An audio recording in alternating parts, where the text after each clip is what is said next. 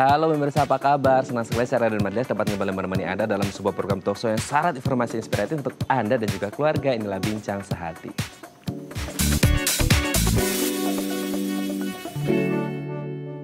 Ya pemirsa, pandemi sudah hampir 1 tahun gitu ya, dimulai dari Maret 2020, sekarang sudah akhir Januari menjelang Februari. Nah memang salah satu hal yang bisa kita lakukan untuk menghentikan penyebaran virus COVID-19 adalah dengan mematuhi protokol kesehatan.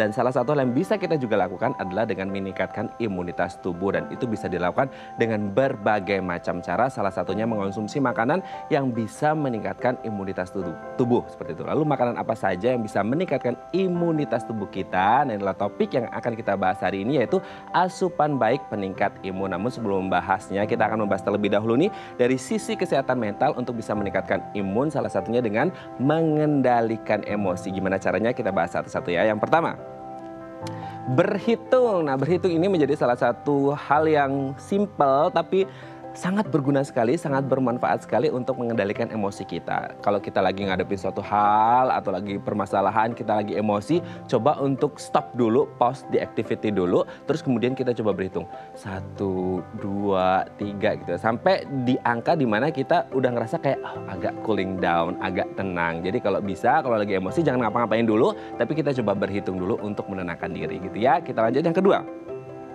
Tarik napas yang dalam.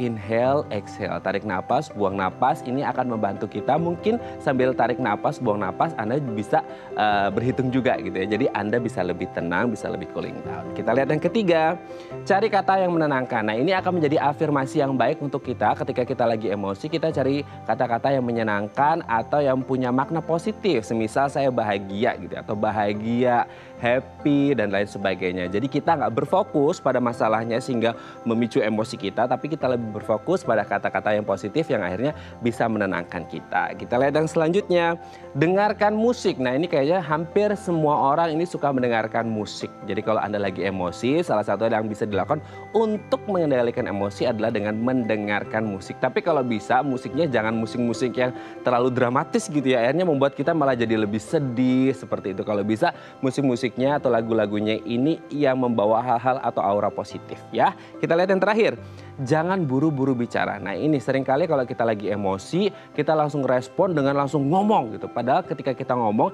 itu kita belum terpikir dalam otak kita untuk kemudian ngomong dan akhirnya yang keluar adalah emosi semuanya. Nah gimana caranya supaya kita bisa mengendalikan emosi? Kami akan membahasnya saat lagi, tetap bersama kami di Bincang Sehati.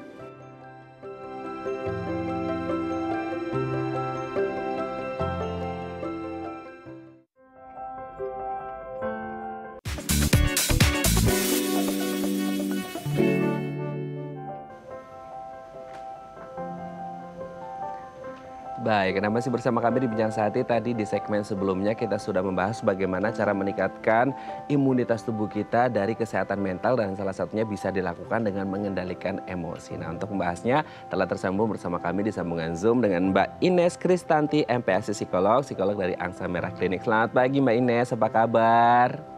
Selamat pagi Mas Raden, kabar baik. Oke Mbak Ines, hari ini apa kabar? Alhamdulillah baik juga, terima kasih Mbak Ines. Mbak Ines, hari ini kita akan membahas nih bagaimana cara kita untuk bisa mengendalikan emosi gitu ya. Apalagi mungkin di masa pandemi di mana stresornya banyak banget ya.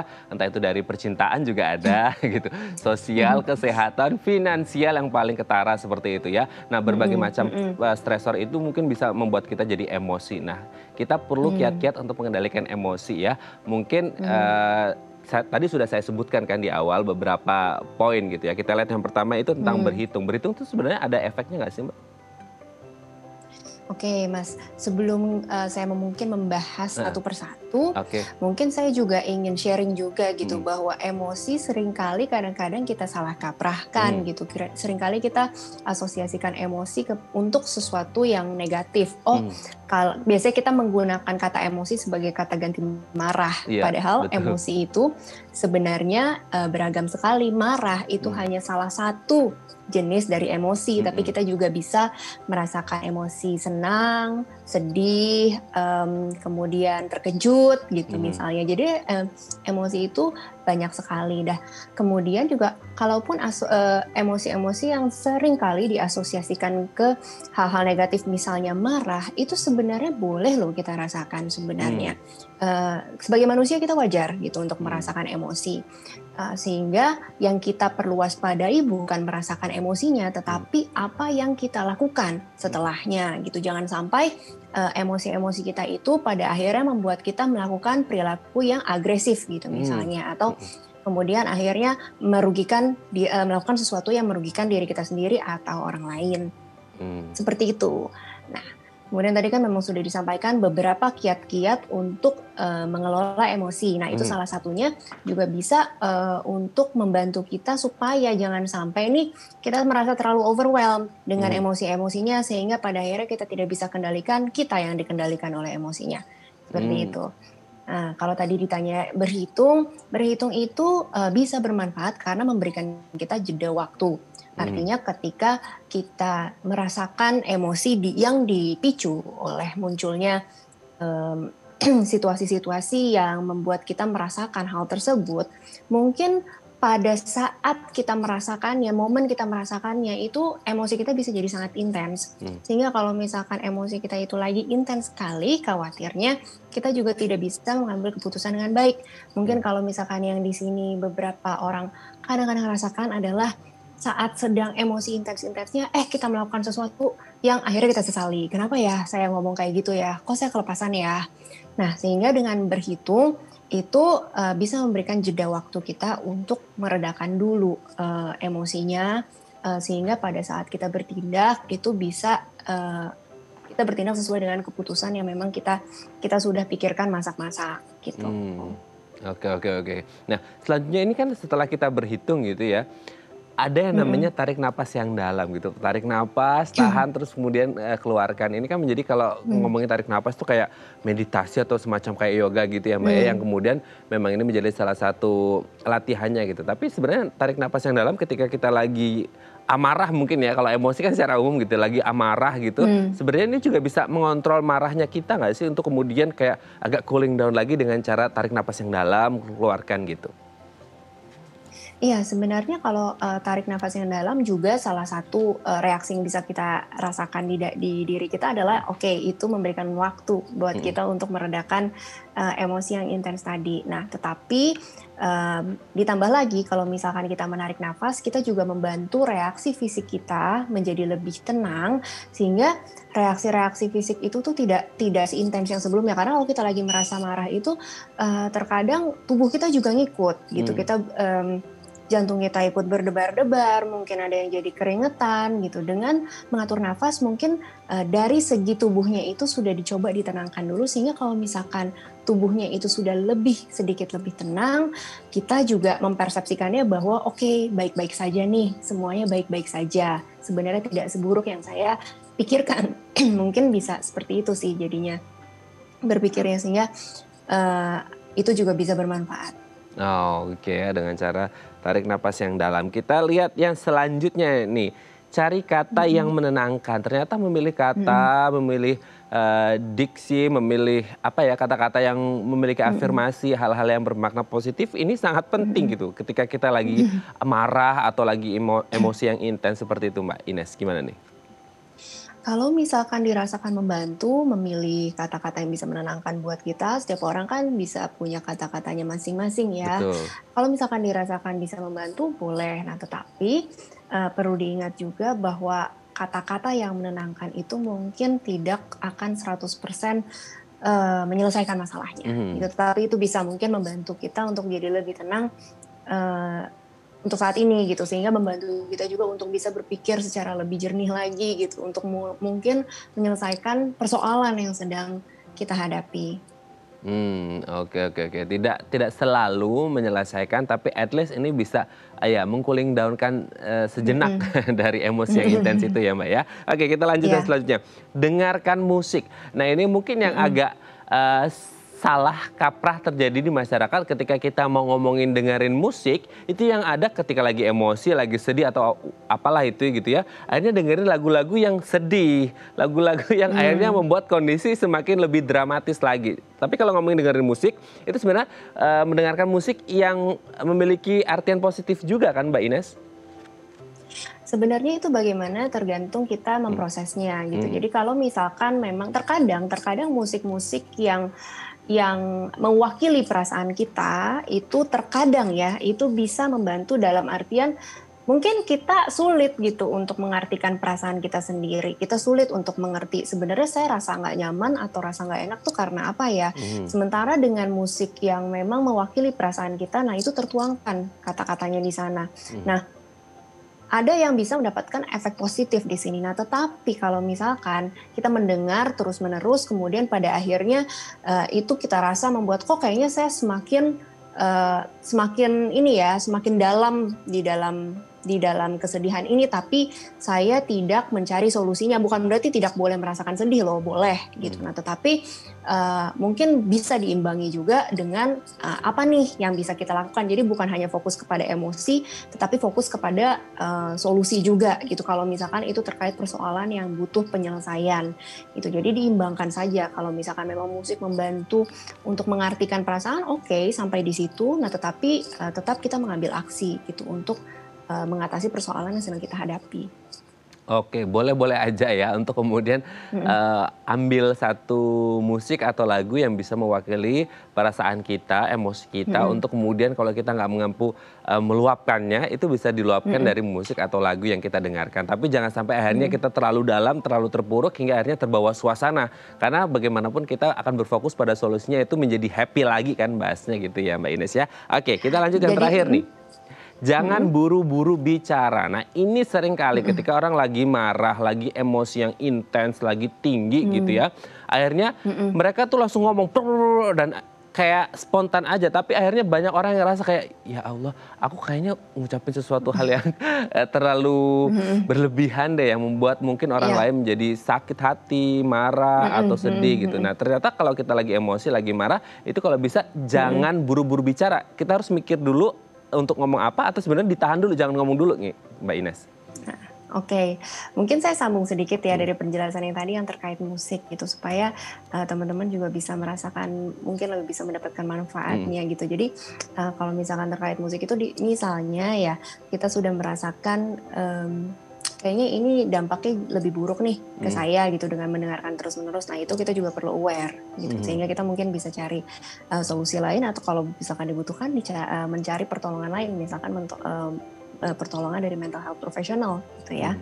Nah kemudian kalau poin berikutnya terkait sebaiknya untuk tidak berbicara terlebih dahulu. Nah itu juga terkait dengan yang tadi Mas Raden. Karena ketika kita sedang merasakan emosi yang intens, kita mau coba untuk mengelola emosinya dulu dan meredakan emosinya dulu sebelum bertindak. Jangan sampai kemudian akhirnya dimunculkan perilaku-perilaku yang kemudian kita sesali tadi. Nah, ya jadi bukan berarti kalau misalkan kita menunda itu artinya kita mengabaikan emosinya gitu. Nah, tetapi tetap pada akhirnya nanti kita akan sampaikan. Kita akan misalkan kita ada keberatan-keberatan atau hal-hal yang kita tidak kurang berkenan untuk kita, itu nanti bisa sampaikan kepada orang yang bersangkutan. Kalau misalkan memang isunya seperti itu. Nah, tetapi pastikan juga kita sudah mengambil waktu gitu untuk menenangkan diri kita dulu sehingga pada saat kita menyampaikan kepada orang yang bersangkutan itu juga kita sudah dalam kondisi yang prima juga dalam mengambil keputusan yang baik. Jadi kadang-kadang nggak apa-apa loh untuk menunda membicarakan suatu persoalan atau suatu permasalahan misalnya beberapa jam atau 1 hari atau beberapa hari gitu, tapi bilang juga ke orangnya oke saya butuh waktu sekian lama gitu untuk menenangkan diri saya dulu, kemudian nanti kita bisa bicarakan sehingga apa yang menjadi unek-unek kita juga tersampaikan tidak tertimbun ya, tetapi juga kita memberikan waktu untuk diri kita untuk bisa menyampaikan dengan lebih baik.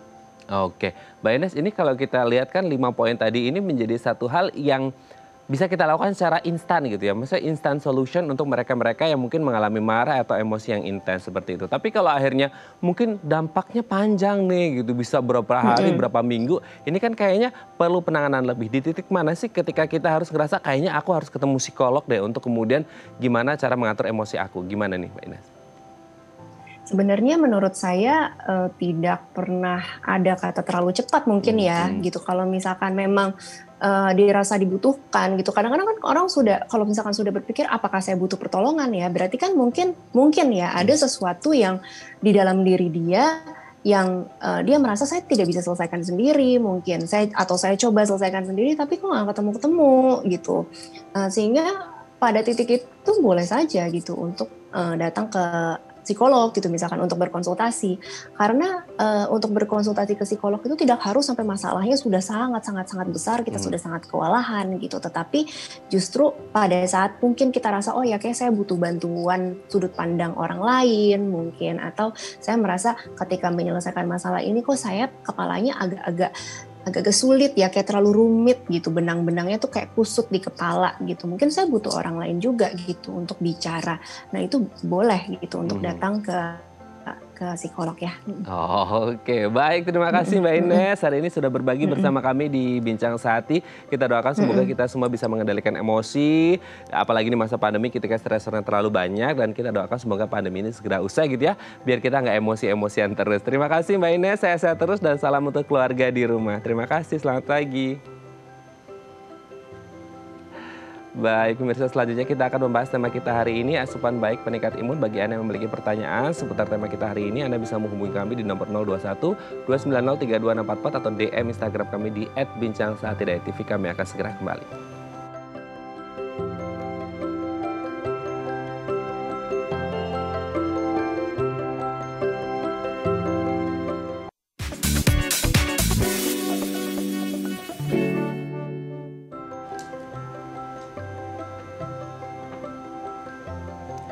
Baik, Anda masih bersama kami di Bincang Sehati dan kita masih membahas tema kita hari ini, asupan baik peningkat imun. Bagi Anda yang memiliki pertanyaan seputar tema kita hari ini, Anda bisa menghubungi kami di nomor 021 290 3244 atau DM Instagram kami di @bincangsahatidayatv, dan telah tersambung bersama kami di sambungan Zoom dengan Dr. Olivia Karissa SPGK, spesialis gizi klinik dari Rumah Sakit Geraha Kedoya, Jakarta. Selamat pagi Dr. Olive, apa kabar?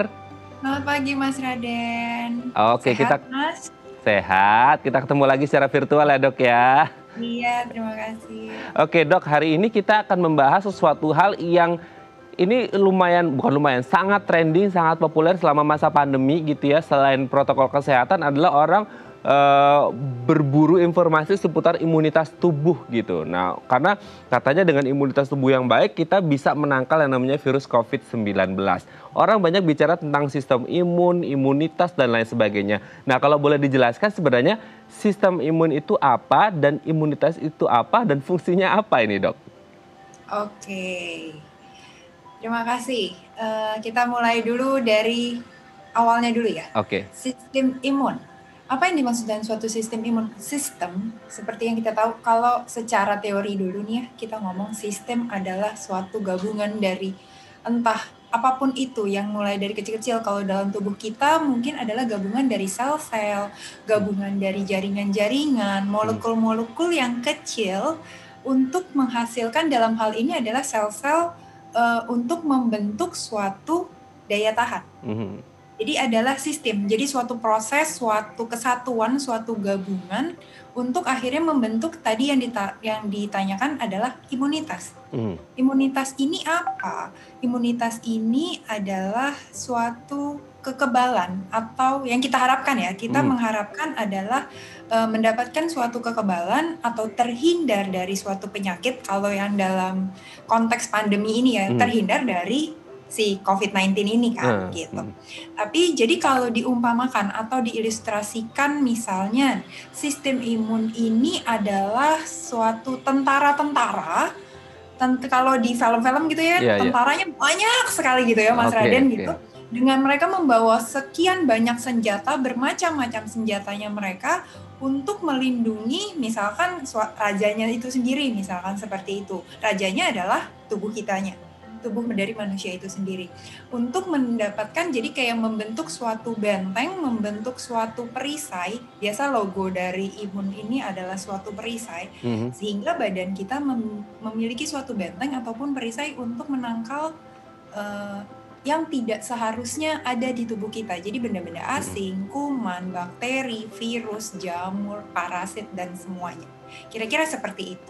Oh, oke. Intinya jadi ya untuk menangkal itu, tapi sebenarnya tidak hanya berhubungan dengan kata-kata kebal ataupun hanya terhindar dari COVID-19 tidak, atau terhindar dari penyakit tertentu tidak. Tapi fungsi dari imunitas ataupun sistem imun sendiri dia juga berfungsi untuk mengeluarkan misalkan zat-zat yang tidak diperlukan, tidak hanya virus ya, tidak hanya bakteri, tapi dia juga bisa mengeluarkan zat yang tidak dibutuhkan, itu juga menggunakan sistem imun kita sendiri. Kira-kira seperti itu. Oke, berarti sebenarnya kalau konteksnya di masa pandemi nih dok, seberapa penting sebenarnya kemudian fungsi si sistem imun atau imunitas ini sendiri? Tadi dokter menyebut ini kan kayak garda terdepan prajuritnya gitu ya, yang kemudian melawan si virus itu sendiri. Berarti ini sangat penting dong kemudian kalau ngomongin tentang imunitas di masa pandemi dok. Betul sekali. Jadi sebenarnya gini, kalau yang kayak tadi Mas Raden bilang garda terdepan. Sebelum masuk ke situ saya mau jelaskan sedikit bahwa sistem imun sendiri atau si imun ini itu dibagi secara garis besar, dibaginya dua. Biar gampang ya, dibaginya dua. Ada yang tadi dibilang garda terdepan atau yang di bagian awal nih, di eksternal.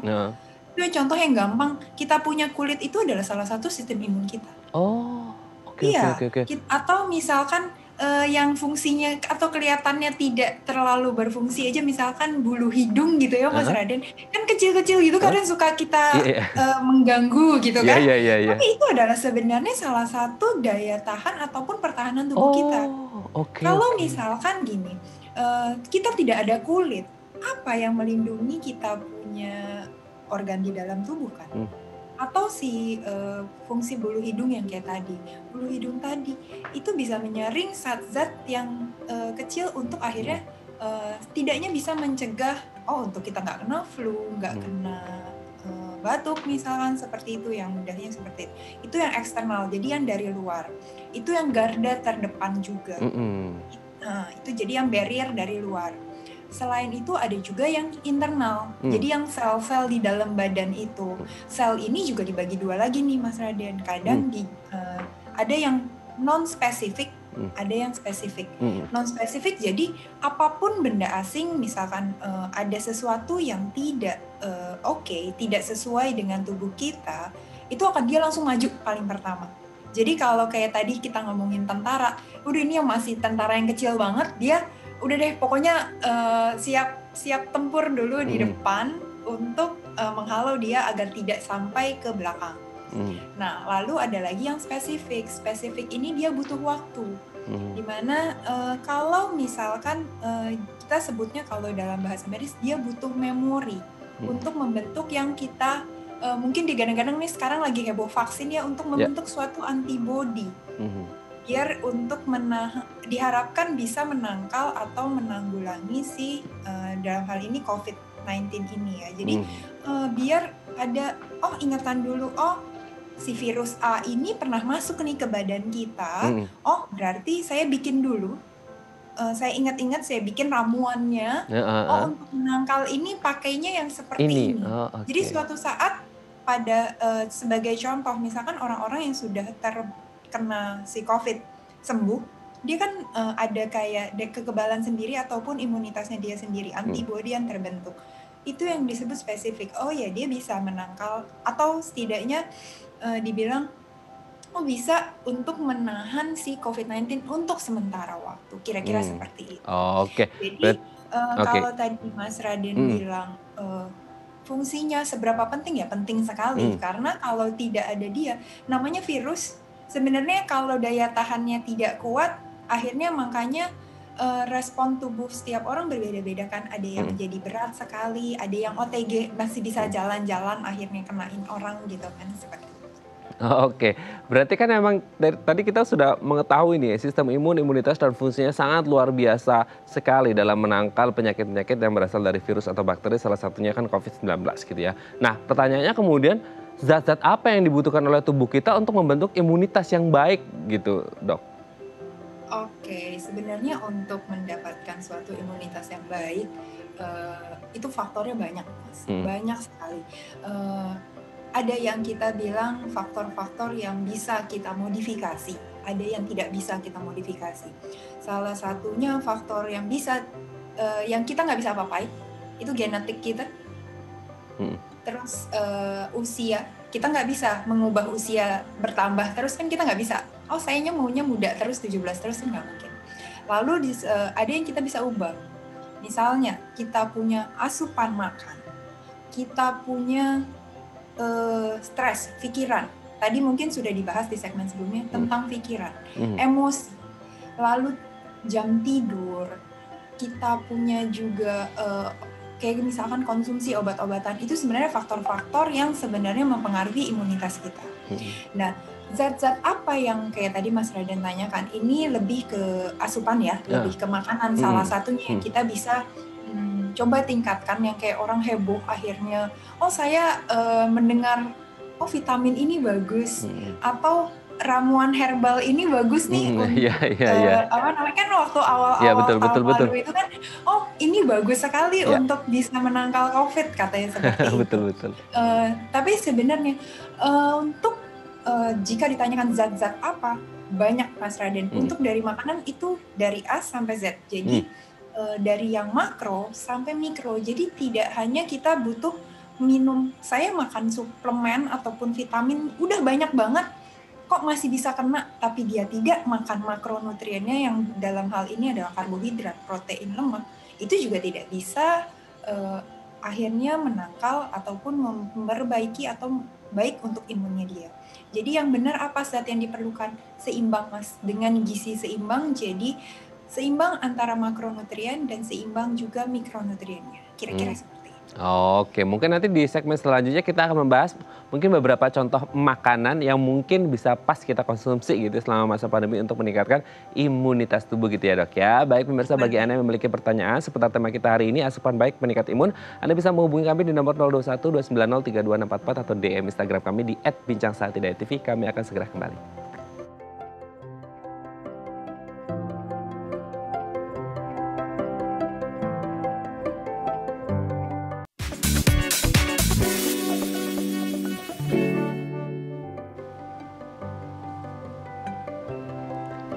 Baik, Anda masih bersama kami di Bincang Saatnya dan kita masih membahas tema kita hari ini, asupan baik peningkat imun. Bagi Anda yang memiliki pertanyaan seputar tema kita hari ini, Anda bisa menghubungi kami di nomor 021 290 32644 atau DM Instagram kami di @bincangsaatnya.tv.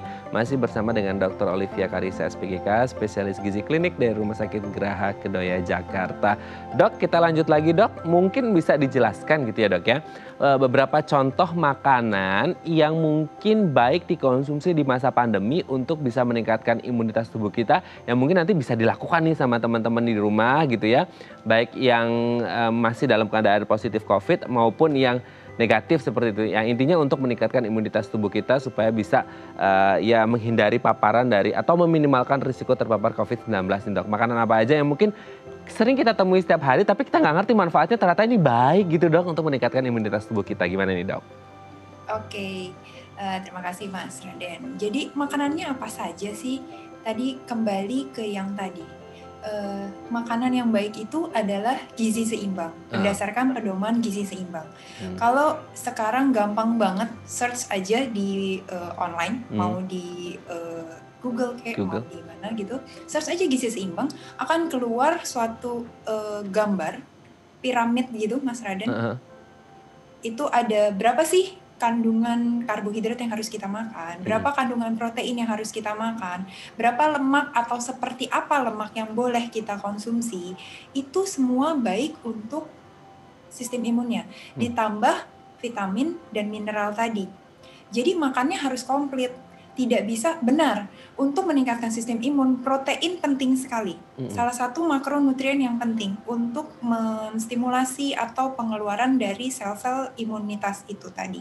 Tapi kalau misalkan kita cuma makan, kadang beberapa orang, aduh saya takut makan atau skip karbohidrat, saya nggak mau makan lagi sama sekali karbohidrat, itu juga tidak bisa. Karbohidrat tidak ada, Sebagai contohnya adalah energinya tidak ada, malah jadi bikin lemas, malah bikin tidak bisa bekerja dengan baik, imunnya juga tidak akan terbentuk dengan baik. Jadi kalau ditanya harus makan seperti apa, sesuai kebutuhan dan juga komposisinya komplit atau lengkap, Mas Raden. Jadi ada karbohidratnya. Contohnya apa karbohidrat? Orang Indonesia yang gampang, nasi lah dimakan.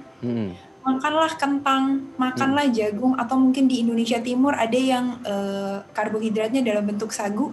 Silahkan, nggak masalah. Singkong, ubi, itu juga contoh karbohidrat.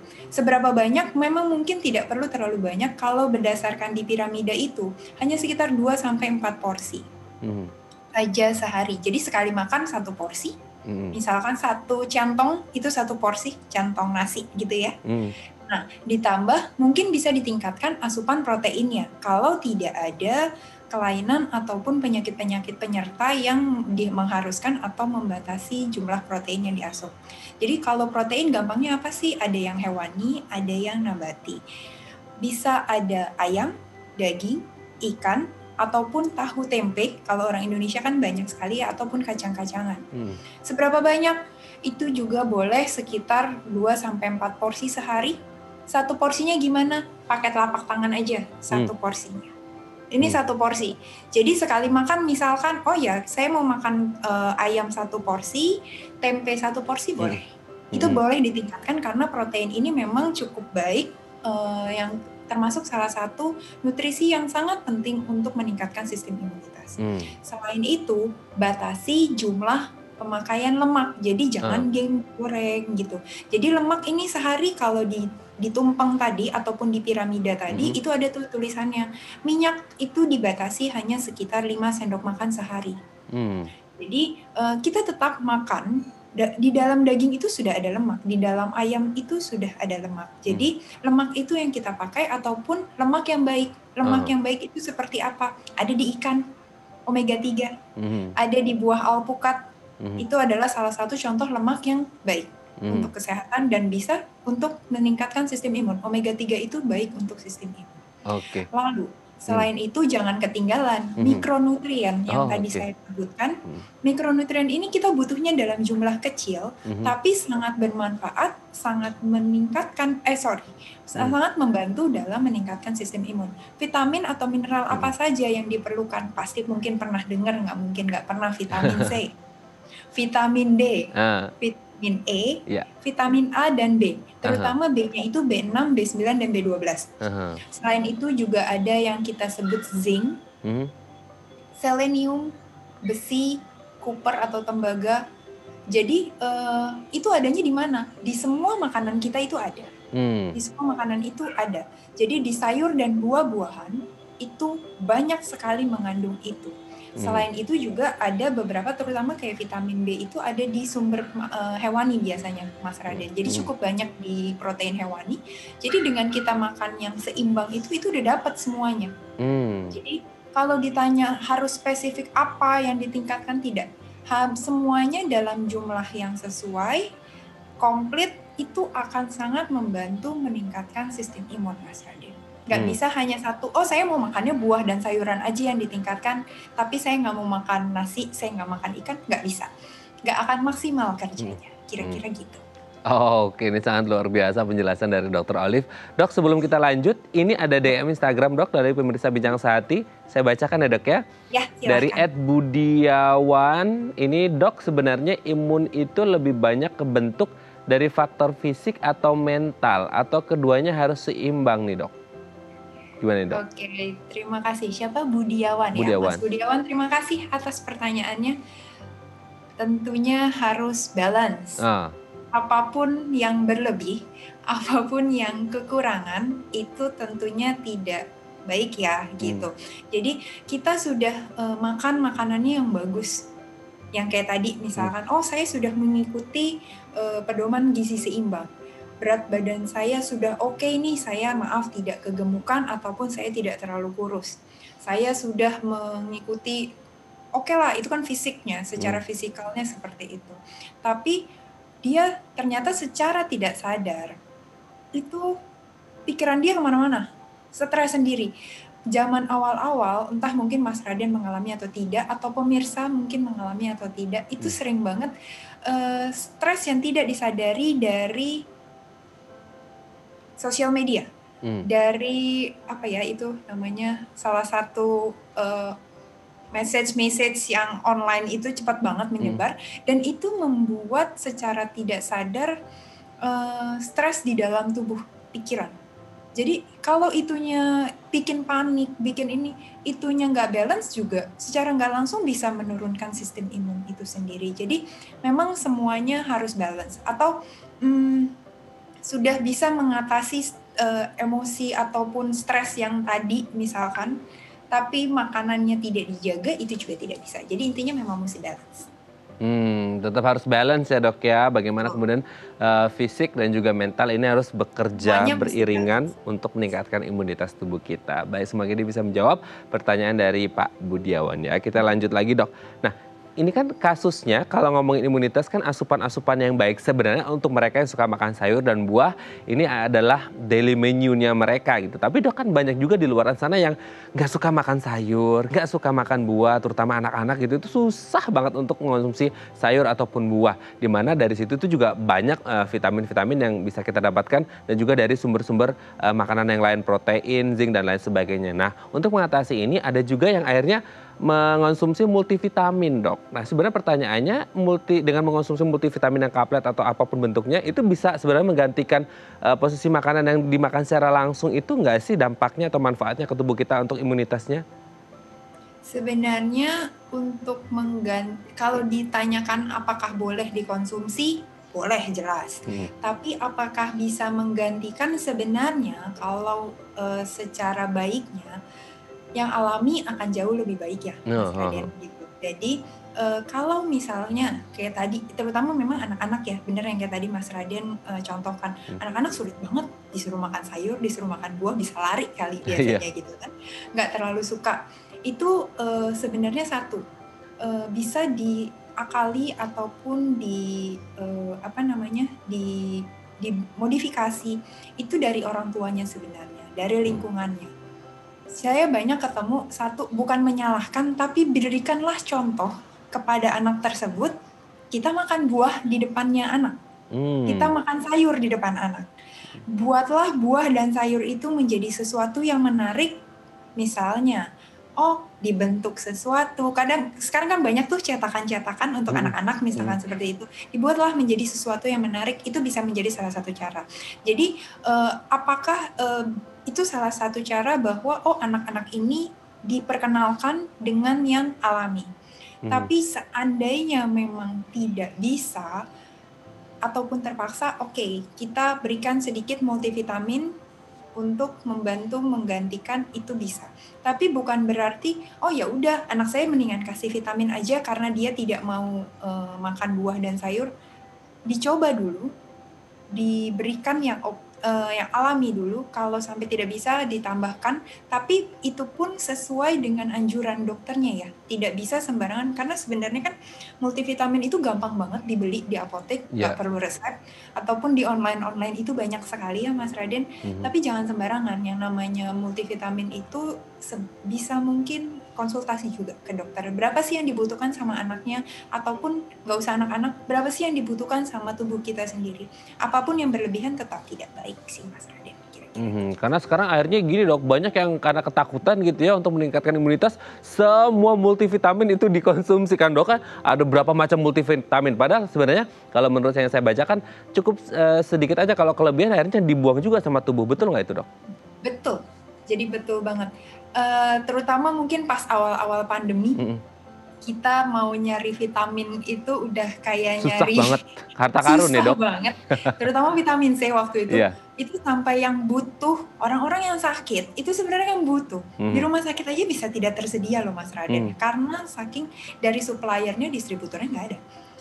Karena benar yang dikatakan bahwa hati-hati, apapun yang seperti yang saya sampaikan tadi, bahwa yang berlebih tidak baik. Contoh vitamin C, vitamin C ini kebutuhan kita berapa sih? Kebutuhannya hanya 75 gram sampai 90 mg sehari untuk orang dewasa sehat ya. 75 gram untuk wanita, 90 gram untuk yang pria dewasa sehat. Oke, sekarang lagi pandemi kita mau meningkatkan sedikit jumlahnya. Oke, nggak apa-apa, 100 sampai 200 mg untuk mendapatkan efek antioksidannya. Itu bisa kita dapetin dari buah ataupun sayur-sayuran karena di itu contoh jambu biji yang merah atau yang putih itu dalam satu buahnya per 100 gramnya aja itu udah ada sekitar 80 mg. Untuk wanita makan satu enough kan sebenarnya. Udah cukup atau ya. Buah jeruk deh yang gampang, buah jeruk yang mudah. Dalam satu buah, masalahnya kan buah jeruk kan variasi ya besarnya. Itu sekitar 100 gram buah jeruk yang sedang, satu buahnya itu ada sekitar 50-an sampai 69 mg vitamin C di dalamnya. Jadi, kalau kita konsumsi 2 saja, sudah cukup sebenarnya untuk kebutuhan sehari. Kenapa? Kalau kelebihan, efek sampingnya banyak. Kelebihan yang kayak minum sampai 1000 mg sehari, maaf ya, yang sering banget kan multivitamin itu, 1000 mg, 2000 mg sekali minum. Efeknya mana? Pertama mungkin ke pencernaan, itu cukup sering. Karena itu kan tetap aja sifatnya cukup asam ya, pencernaan tidak enak, ke kulit juga kadang tidak oke. Yang terakhir jangka panjangnya itu memberatkan salah satu kerja organ yang untuk mengeluarkan ginjal. Jadi ngapain? Berlebihan malah akhirnya mengganggu fungsi organ salah satunya adalah ginjal gitu ya dok ya. Jadi cukup saja konsumsinya sesuai porsi dan takaran kita, jangan berlebih gitu ya dok ya. Nah nanti di segmen terakhir kita akan membahas tips simpel yang bisa kita lakukan untuk menjaga imunitas tubuh kita tetap terjaga dengan baik gitu ya dok ya. Bagi Anda pemirsa yang memiliki pertanyaan, Anda bisa menghubungi kami di nomor 021 290 32644 atau DM Instagram kami di @bincangsaat.tv. Kami akan segera kembali.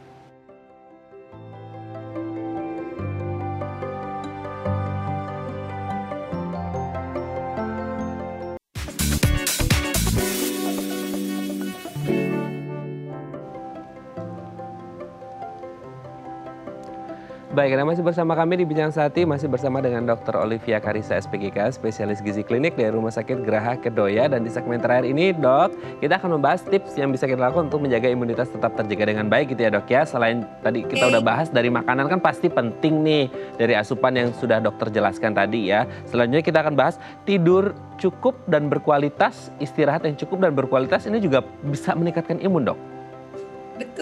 Betul banget. Tidur yang cukup. Jadi sebenarnya kalau dikatakan tidur yang baik atau istirahat yang baik itu ya kualitasnya baik.